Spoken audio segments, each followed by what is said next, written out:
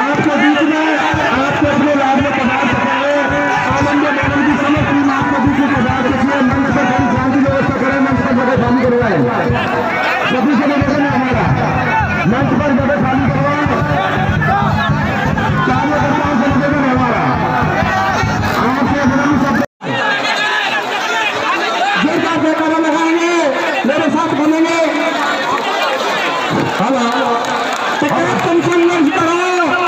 हम टोडानील में गए हम करौली जिले में गए और हमें इस साल का मैसेज जाना चाहिए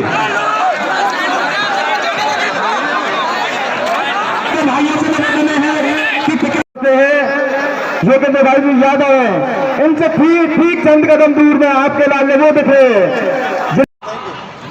27-28 जनवरी का वो दिन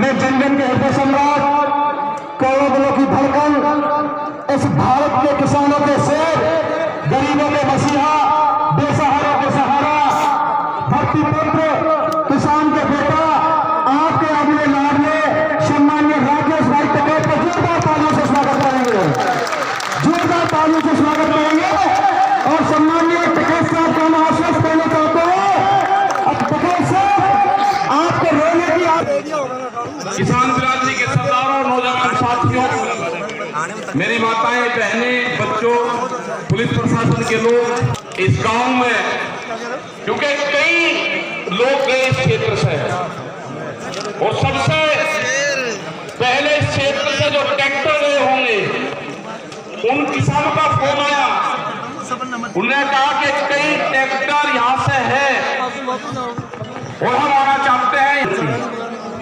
मतलब आंदोलनों में हिस्सा ले रहे थे। ये पूरे देश का मसला है इस मुद्दे पे है सरकार से 12 बातचीत हुई 12 दौर की वार्ता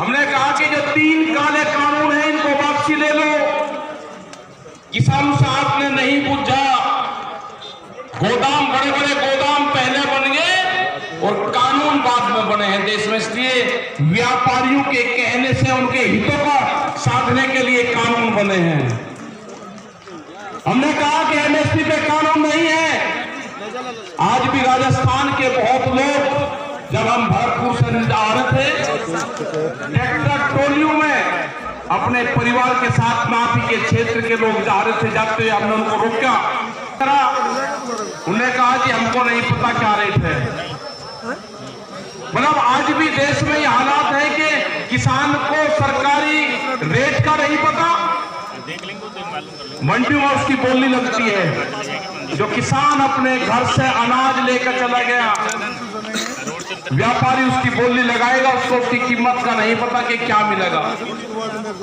बाजरे का 2100 रुपए का भाव है हमने कहा कि आपको कहना कि जो सरकारी रेट है उसके कम पे मैं खरीद नहीं करूंगा आप वहीं पे बैठ जाना वो 1100 से 1200 रुपए में बाजरे को बेच पाएगा किसान 1400 और 1500 रुपए में गेहूं को बेच पाएगा जब उसकी फसल 1 महीने बाद में उसकी फसल आ जाएगी उसके घर 1975 रुपए से कम पे गेहूं का भाव नामित हो वो चाहे सरकार खरीदे या कोई व्यापारी खरीदे उसके कम पे खरीदना हो 2100 रुपए के आसपास का बाजरे का रेट है बाजरा उसके कम पे खरीदना हो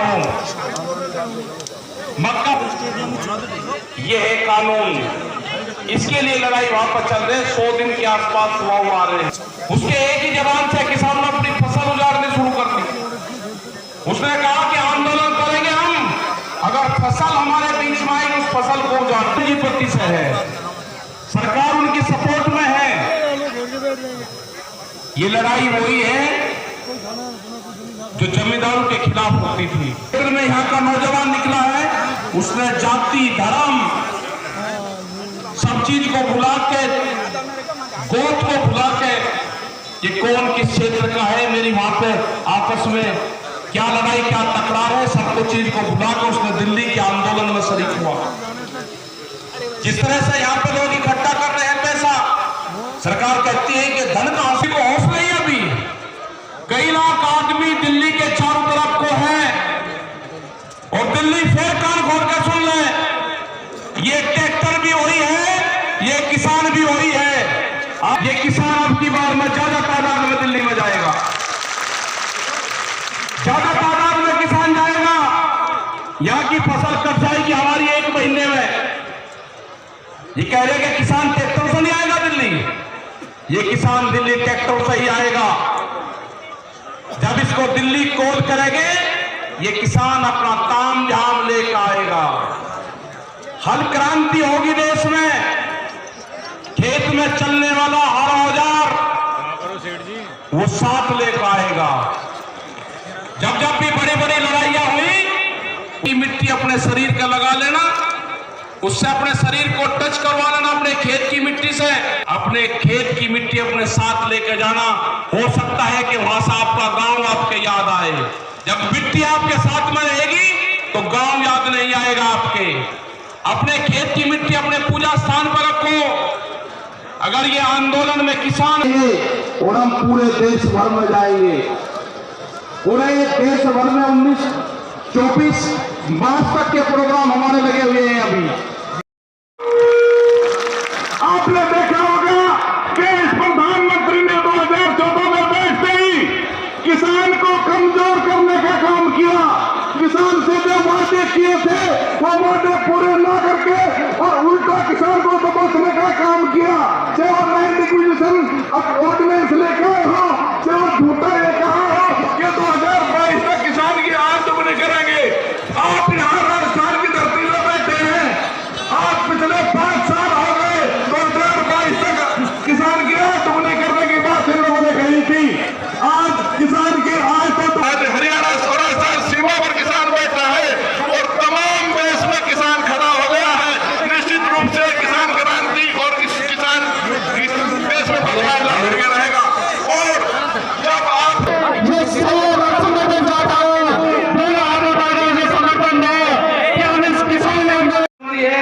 हो जाएगी, और जब तक भारत सरकार कानूनों को वापसी नहीं लेगी, जब तक एमएसपी पे मिनिमम सपोर्ट प्राइस का कानून नहीं बनेगा, ये किसान दिल्ली को नहीं छोड़ेंगे। आपने इतनी बड़ी संख्या में यहाँ पे आए, आपका बहुत बहुत धन्यवाद। यहाँ पे जो ये मैदान है, जो कुश्ती मैदान है, भैरव बाबा की महिलाएं चलाएगी, किसान चलाएगा। ये आंदोलन क्रांति का आंदोलन है, ये आंदोलन फेल नहीं होगा। एग्रीकल्चर जो कृषि में काम आने औजार वाले जो है, इस आंदोलन को वही लोग चलाएंगे जो अपने खेतों में हाथ से काम करते हैं। कोई नहीं गया घर वहां से। यहाँ पर बैठे हुए राजा राम जी मीर जी है, यहाँ पे युद्धवीर सिंह जोगिंदर जी, अमला राम जी, जो आपके शाहजहांपुर बॉर्डर को पूर्ण रूप से देखते हैं। रोटी तिजोरी में बंद ना हो, ये लड़ाई है व्यापारियों के चुंगल में अनाज न जाए, ये लड़ाई है किसान को फसलों के दाम मिले।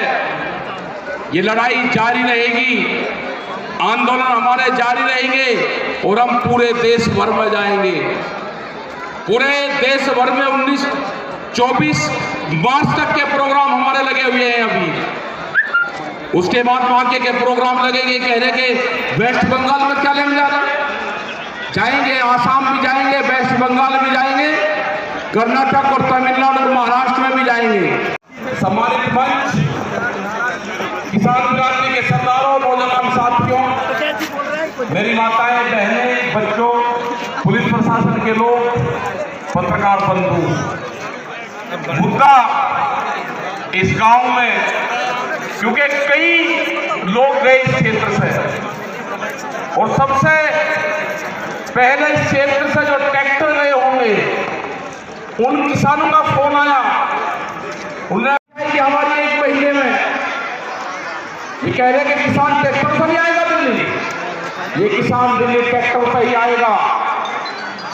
जब इसको दिल्ली कॉल करेंगे ये किसान अपना ताम झाम लेकर आएगा। हर क्रांति होगी देश में, खेत में चलने वाला हर औजार वो साथ लेकर आएगा। जब जब भी बड़ी बड़ी लड़ाइयां हुई उसमें साथ लेकर चला है, वो जान रहे हैं। करो दिल्ली चलो, तो यही सारे नौजवानों का, सारे युवाओं का, सारी महिलाओं का यही कहना है कि दिल्ली से वापसी नहीं आना। ये लड़ाई किसी जाति बिरादरी की नहीं है, ये लड़ाई किसान के अस्तित्व की है। इस लड़ाई को हमको लड़ना पड़ेगा, बहुत मजबूती के साथ में लड़ना पड़ेगा। जाति, धर्म, गोत, खाप ये सब छोड़ के ये लड़ाई किसान और मजदूर की लड़ाई है। गरीब का अनाज तिजोरियों में बंद ना हो, देश में भूख पे व्यापार ना हो, बड़े बड़े गोदाम बन गए, बड़े बड़े ताले लगेंगे, गरीब आदमी को रोटी नसीब नहीं होगी, कीमतें अनाज की उतनी बढ़ेगी। ये कार्यों का क्षेत्र राजस्थान, बड़ी बड़ी लड़ाइयां यहां पर लड़ी गई, ये किसान पीछे नहीं हटेगा। जो मेरा नौजवान साथी है वो पीछे नहीं हटेगा। अपने खेत की मिट्टी को जब दिवाली, होली अब आएगी, दुल्हनी आएगी, रंग नहीं लगाना की बार, अपने गांव की खेत की मिट्टी अपने शरीर का लगा देना, उससे अपने शरीर को टच करवा लेना अपने खेत की मिट्टी से। जब आप दिल्ली लड़ने जाओगे अब की बार, अपने खेत की मिट्टी अपने साथ लेके जाना। हो सकता है कि वहां से आपका गांव आपके याद आए। जब मिट्टी आपके साथ में रहेगी तो गांव याद नहीं आएगा आपके। अपने खेत की मिट्टी अपने पूजा स्थान पर रखो। अगर ये आंदोलन में किसान फेल हुआ तो 20 साल में आपकी जमीनें नहीं बचेगी, इतना कर्जा किसानों के ऊपर आ जाएगा। सब लुटेरे आगे हैं, इन लुटेरों का मुकाबला होगा जेली और सांगों से, जो खेत में भूख हटाने के काम आते हैं। ये लुटेरे हैं, देश को लूटने आए हैं, इनका मुकाबला होगा। जो जमींदारों के खिलाफ होती थी, ये लड़ाई वही है जो राजाओं के खिलाफ होती थी। वो लड़ाई भी अनाज की लड़ाई थी, ये लड़ाई भी अनाज के रेट की लड़ाई है। मैं नौजवान साथियों को अपने, जिसने इस पूरे देश के आंदोलन की कमान नौजवानों ने संभाली है अब की बार, ये बहुत कम देखने को मिलता है कि नौजवान कृषि के क्षेत्र में आंदोलन की कमान अपने हाथ में संभाली हो। नहीं हो सकता, वो आंदोलन फेल नहीं होगा कभी भी, क्योंकि जिस तरह से शाहजहांपुर में पूरे दिल्ली के क्षेत्र में यहाँ का नौजवान निकला है, और हम आना चाहते हैं, यहाँ से पुलिस रास्ते में नहीं आने देती, भले भी आंदोलनों में हिस्सा ले लेते हैं। ये पूरे देश का मसला है। इसको पहले बांटा गया पंजाब हरियाणा में, फिर इसको बांटा गया उत्तर प्रदेश राजस्थान के कुछ सीमाओं में,